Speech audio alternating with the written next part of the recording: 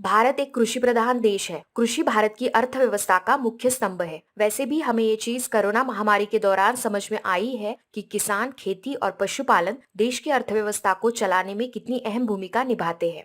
भारत के 50% से ज्यादा लोग कृषि और संलग्न व्यापार से जुड़े हैं और देश का 17 से 18% सकल घरेलू उत्पाद मतलब कि जीडीपी कृषि और संलग्न व्यापार से आता है। किसान और कृषि को आगे बढ़ाने के लिए तथा किसानों को आर्थिक सहायता देने के लिए किसान उत्पादन संगठन, जिसे फार्मर प्रोड्यूसर ऑर्गेनाइजेशन कहा जाता है, इसे बनाने की मंजूरी सरकार ने दी है। तो चलिए, आज के हमारे वीडियो का विषय है फार्मर प्रोड्यूसर ऑर्गेनाइजेशन या फिर फार्मर प्रोड्यूसर कंपनी, और इसे ही हिंदी में किसान उत्पादन संगठन भी कहा जाता है।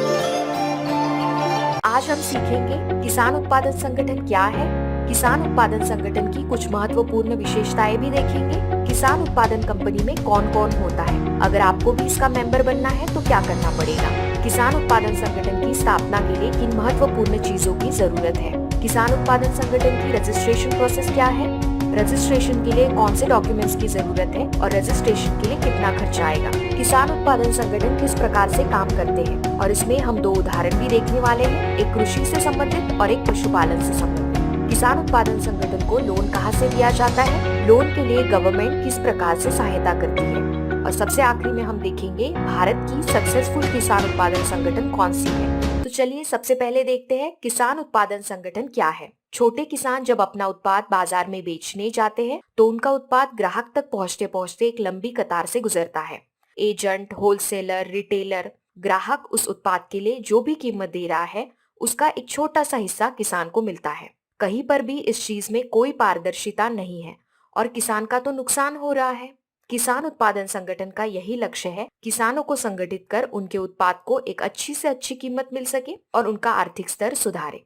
इसमें किसानों को संगठित किया जाएगा और उनके खुद के उत्पादन को और उनकी मार्केटिंग क्षमता को बढ़ाया जाएगा ताकि इसका लाभ उन्हें ही मिल सके। भारत सरकार ने कंपनी अधिनियम 1956 के तहत कुछ विशेष प्रावधानों के अंतर्गत किसान उत्पादन संगठन को एक संस्था का दर्जा दिया है। इस कानून के तहत फार्मर प्रोड्यूसर ऑर्गेनाइजेशन का रजिस्ट्रेशन किया जाएगा। इस संगठन के सदस्य किसान ही रहेंगे और ये संगठन प्राथमिक निर्माताओं का है।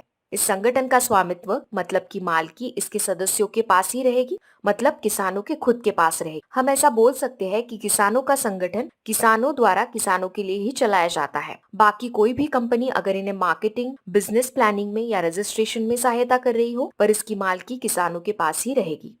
किसान उत्पादन संगठन फार्मर प्रोड्यूसर ऑर्गेनाइजेशन की कुछ महत्वपूर्ण विशेषताएं देखेंगे। ये उत्पादकों मतलब कि किसानों द्वारा चलाया जाता है उनके खुद के उत्पाद के लिए। इस संगठन का रजिस्ट्रेशन होता है और इसे कानूनी अस्तित्व भी है। इस कंपनी में शेयर होल्डर्स किसान ही रहेंगे, मतलब जो कि उत्पादक किसान हैं। इस संगठन के तहत प्राथमिक उत्पाद से संबंधित अलग अलग व्यवसाय किए जाएंगे। इन व्यावसायिक गतिविधियों में जो भी मुनाफा होगा उनका मुनाफा उत्पादकों के बीच बांटा जाएगा और कुछ बची हुई राशि को व्यवसाय बढ़ाने में कंपनी उपयोग में लाएगी। पशुपालक भाइयों, क्या आप भी इस प्रकार की किसी कंपनी का हिस्सा बनना चाहते हैं? तो चलिए जानते हैं इस संगठन का मेंबर कौन बन सकता है। किसान उत्पादन संगठन जिस व्यवसाय के लिए बनाया है उस व्यवसाय से जुड़े और उसी एरिया में रहने वाले कोई भी किसान भाई इसके मेंबर बन सकते हैं। आपको एक एप्लीकेशन फॉर्म भरना होता है और संगठन की जो भी फी होती है वो देना है। किसान भाई हमसे अक्सर एक सवाल पूछते हैं, क्या हम एक से ज्यादा संगठन के मेंबर बन सकते हैं? तो इसका उत्तर है हाँ, बिल्कुल बन सकते हैं। उदाहरण के तौर पे अगर आपके एरिया में दो किसान उत्पादन संगठन है, एक दूध व्यापार के लिए और एक सब्जियों के लिए, अगर आप दोनों का उत्पादन लेते हैं, सब्जियों का भी और दूध का भी, तो आप बिल्कुल दोनों का मेंबर बन सकते हैं। इनका मार्केट जो है वो 200 किलोमीटर तक दूर चलेगा, उससे ज्यादा ना हो, ताकि हमारी जो मार्केटिंग एक्टिविटीज है वो हो सके। एक संगठन में पास पास के 1 या 2 ग्राम पंचायतों के किसानों को ही ले ताकि मैनेजमेंट के लिए अच्छा हो। फार्मर प्रोड्यूसर कंपनी में कौन कौन रहेगा, मतलब कि फार्मर प्रोड्यूसर कंपनी को कौन चलाता है। जैसे हमने आपको पहले भी बताया कि कंपनी की मालकी उसके मेंबर्स की ही है। कंपनी के जो मेंबर्स हैं, मतलब कि शेयर होल्डर्स, डायरेक्टर्स और ऑफिस में काम करने वाले लोग ही इसे चलाते हैं। बोर्ड ऑफ डायरेक्टर्स जो है वो मेंबर्स के द्वारा ही चुने जाएंगे। डायरेक्टर्स कम से कम 5 होने चाहिए और 15 से ज्यादा ना हो। ऑफिस में काम करने वाले लोगों को कंपनी द्वारा ही तनख्वाह दी जाएगी। इसमें सीईओ, अकाउंटेंट, गोदाम रक्षक आदि लोग आते हैं। आपके दिमाग में अभी एक सवाल आया होगा, अगर मुझे कंपनी का डायरेक्टर बनना है तो क्या कुछ क्वालिफिकेशन लगता है? नहीं, किसी भी क्वालिफिकेशन की जरूरत नहीं है। आप बिल्कुल कंपनी का डायरेक्टर बन सकते हैं। 2013 के कंपनी एक्ट के सेक्शन 465 में बताया गया कि कोई भी किसान सदस्य इस कंपनी का डायरेक्टर बन सकता है। तो चलिए अभी हम चलते हैं इस वीडियो के सबसे महत्वपूर्ण विषय की तरफ। किसान उत्पादन संगठन का रजिस्ट्रेशन मतलब कि पंजीकरण कैसे किया जाता है। रजिस्ट्रेशन करने से पूर्व आपको किन चीजों पर ध्यान देना है, सबसे पहले हम वो देखते हैं।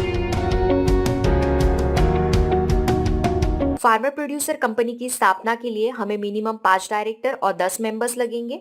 मेंबर्स 10 से ज्यादा कितने भी हो सकते हैं, पर मिनिमम 10 होने चाहिए। पशुपालन या कृषि आधारित उत्पादक कंपनी के लिए आमतौर पर लगभग 800 से 1000 उत्पादकों का आकार अच्छा आकार है। किसान उत्पादन संगठन की स्थापना के लिए minimum paid up capital 5 lakh रुपए होने चाहिए।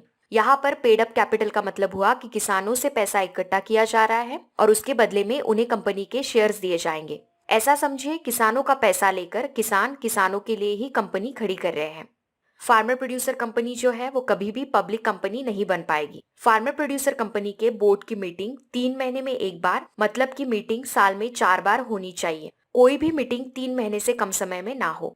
कंपनी अपने मेंबर्स को लोन दे सकती है, पर ये लोन 6 महीने के लिए ही दिया जाएगा। किसान उत्पादन संगठन के शेयर्स ट्रांसफरेबल नहीं है। मेंबर्स जब शेयर लेते हैं तभी 3 महीने के अंदर उन्हें बताना है कि मृत्यु के पश्चात ये शेयर्स किन के नाम पर हो जाएंगे। अगर किसान उत्पादन संगठन का लगातार 3 साल का उत्पादन 5 करोड़ से ज्यादा है तो उन्हें फुल टाइम कंपनी सेक्रेटरी रखना पड़ेगा। किसान उत्पादन संगठन का रजिस्ट्रेशन प्रोसेस कैसा होता है, मतलब कि रजिस्ट्रेशन के लिए कौन से डॉक्यूमेंट्स लगते हैं।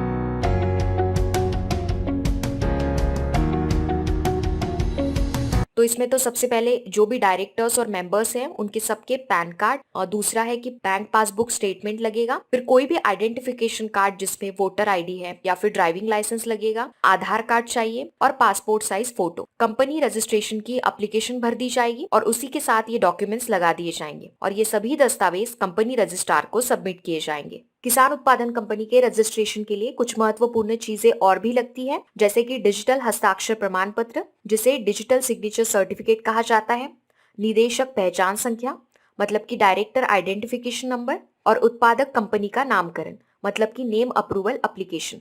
कंपनी रजिस्ट्रार जो है वो इन सभी चीजों में आपको गाइड करेंगे। वो इन सभी चीजों की जांच पड़ताल करेंगे। अगर इन सभी डॉक्यूमेंट्स से कंपनी रजिस्ट्रार संतुष्ट हो जाते हैं तो सर्टिफिकेट ऑफ इनकॉर्पोरेशन देंगे, जिसे निगमन प्रमाण पत्र कहा जाता है। इसका मतलब हुआ कि आपके कंपनी का रजिस्ट्रेशन अब हो चुका है। किसान उत्पादन संगठन की रजिस्ट्रेशन के लिए कम से कम 40,000 रुपए खर्चा आता है। यह आपके सीए मतलब कि चार्टर्ड अकाउंटेंट और कंपनी सेक्रेटरी इनकी फी पर निर्भर करता है। कंपनी का रजिस्ट्रेशन करने के लिए लगभग 2 से लेकर 6 महीने तक का समय लगेगा। अभी हम सबसे महत्वपूर्ण विषय की तरफ चलते हैं। किसान उत्पादन संगठन मतलब कि फार्मर प्रोड्यूसर ऑर्गेनाइजेशन कैसे काम करता है।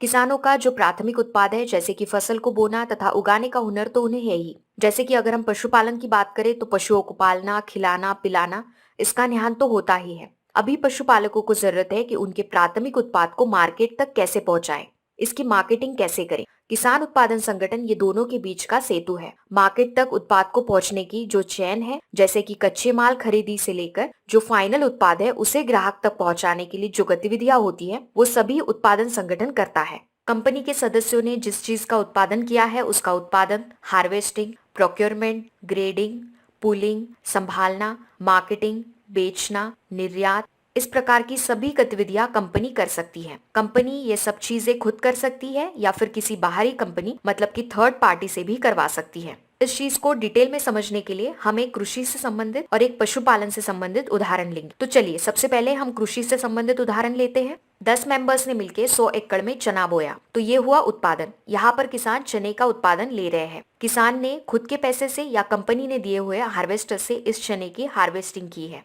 प्रोक्योरमेंट का मतलब हुआ कि कंपनी इन मेंबर्स से एक तय किए हुए दर पर माल खरीदी करेगी।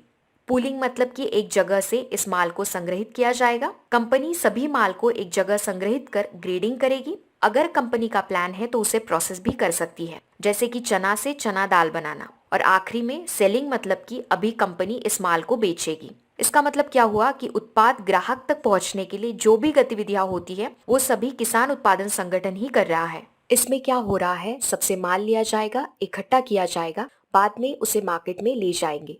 एक किसान को परिवहन के लिए जो खर्चा आ रहा था वो यहाँ कम होगा।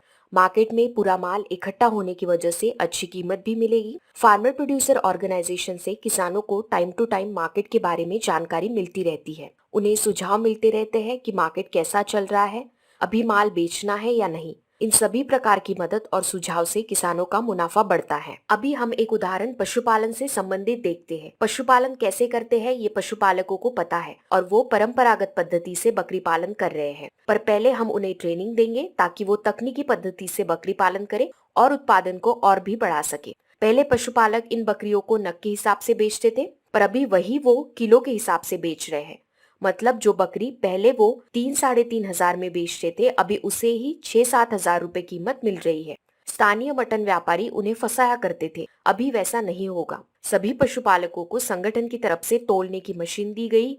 पशुपालक खुद अपनी बकरी का वजन लेकर उन्हें वजन के हिसाब से बेचने लगे। बकरी का दूध पहले पशुपालक गांव के दूध केंद्र में डालते थे, उन्हें ठीक ठीक कीमत मिल जाती थी। फिर संगठन ने सोचा कि बकरी के दूध के औषधीय गुणधर्मों की वजह से बकरी के दूध के लिए एक अलग मार्केट है। जहां इसकी जरूरत है वहां इससे अच्छा भाव भी मिलेगा। संगठन की तरफ से खुद का दूध कलेक्शन सेंटर बनाया गया। बल्क कूलर प्रयोगशाला की व्यवस्था की गई। प्रयोगशाला में क्वालिटी का अच्छा मूल्यमापन होने की वजह से दूध की क्वालिटी अच्छी होती गई। गांव के संकलन केंद्र में पशुपालक जब दूध डालते थे तो उन्हें 20-25 रुपए प्रति लीटर कीमत मिलती थी, पर अब उन्हें 40 से 45 रुपए प्रति लीटर कीमत मिलने लगी। पहला मुनाफा उन्हें मटन व्यापार से तो मिल ही रहा था, अभी ये दूसरा मुनाफा भी शुरू हो गया। किसान उत्पादन संगठन ने अगली स्टेप लेने का सोचा। दूध के उत्पादों को बनाएंगे। मार्केट के मांग के हिसाब से पहले पनीर का उत्पादन उन्होंने शुरू किया। इसकी मांग बढ़ती गई और फिर उन्होंने बाकी दूध के प्रोडक्ट्स बनाना भी शुरू किए। पशुपालकों ने थर्ड पार्टी से कंसल्ट कर अपना ब्रांड बनाया। ब्रांड बनाने की वजह से उन्हें मार्केट में एक नई पहचान मिली और दूध की कीमत बढ़कर 100 रुपए प्रति लीटर तथा पनीर की कीमत 3,000 रुपए प्रति किलो के हिसाब से बेचने लगे।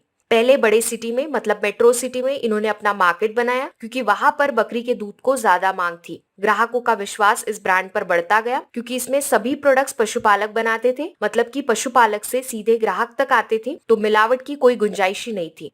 पशुपालक भाइयों, ये उदाहरण बताने के पीछे हमारा मुख्य उद्देश्य है कि आप इस उदाहरण में देख सकते हैं किसान उत्पादन संगठन की वजह से पशुपालक का क्या फायदा हुआ। सबसे पहले हमने पशुपालकों को बकरी पालन का ट्रेनिंग दिया। इसकी वजह से उनका उत्पादन बढ़ने में मदद हुई और पशुपालक परंपरागत बकरी पालन से तकनीकी बकरी पालन करने लगे। मटन तथा दूध को अच्छी कीमत मिलने की वजह से पशुपालकों का मुनाफा बढ़ा। पशुपालकों में एक व्यापारी मानसिकता का विकास हुआ। ये बहुत ही बड़ा परिवर्तन था। अपनी उत्पाद को अच्छी कीमत मिलने की वजह से उनका आर्थिक स्तर भी बढ़ा। बीमा, टीकाकरण तथा वेटरनरी सर्विसेज मिलने की वजह से उनका नुकसान और भी कम होने लगा। सबसे महत्वपूर्ण चीज क्या हुई कि गांव में जो भी भूमिहीन, अल्प भूधारक, विधवाएं या फिर गांव में जितने भी जरूरतमंद लोग थे उन्हें रोजगार मिला, उन्हें भी अपना आर्थिक स्तर बढ़ाने का मौका मिला। बहुत बार पशुपालक हमसे पूछते हैं कि फार्मर प्रोड्यूसर कंपनी को कहाँ से लोन मिलता है, इन्हें कहाँ से लोन दिया जाता है। तो चलिए इस कॉन्सेप्ट को भी हम शॉर्ट में देख लेते हैं। Small farmers agri business consortium SFAC की तरफ से फार्मर प्रोड्यूसर कंपनी के लिए 2 स्कीम है। एक है मैचिंग इक्विटी ग्रांट और दूसरा है credit guarantee fund.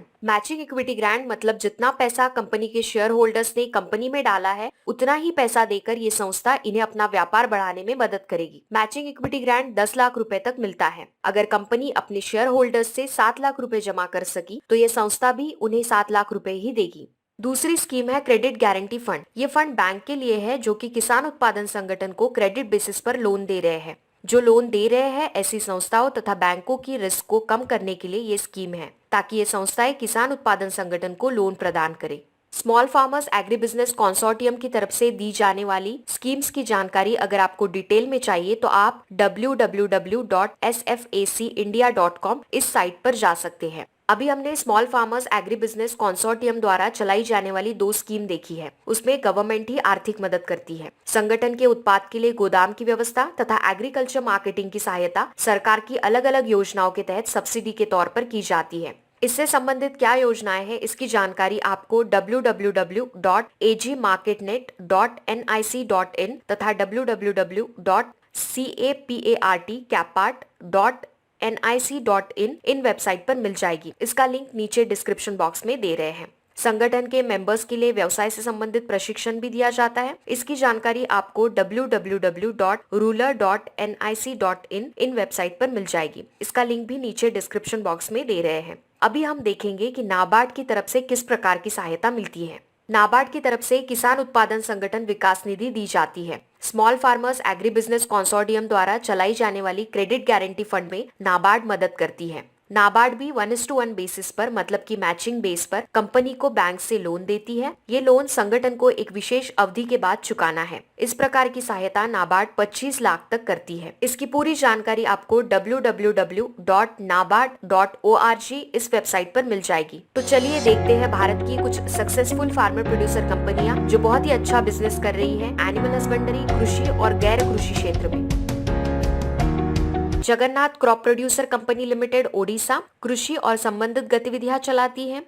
कृषिधन producer company limited Gujarat कृषि और संबंधित गतिविधियां।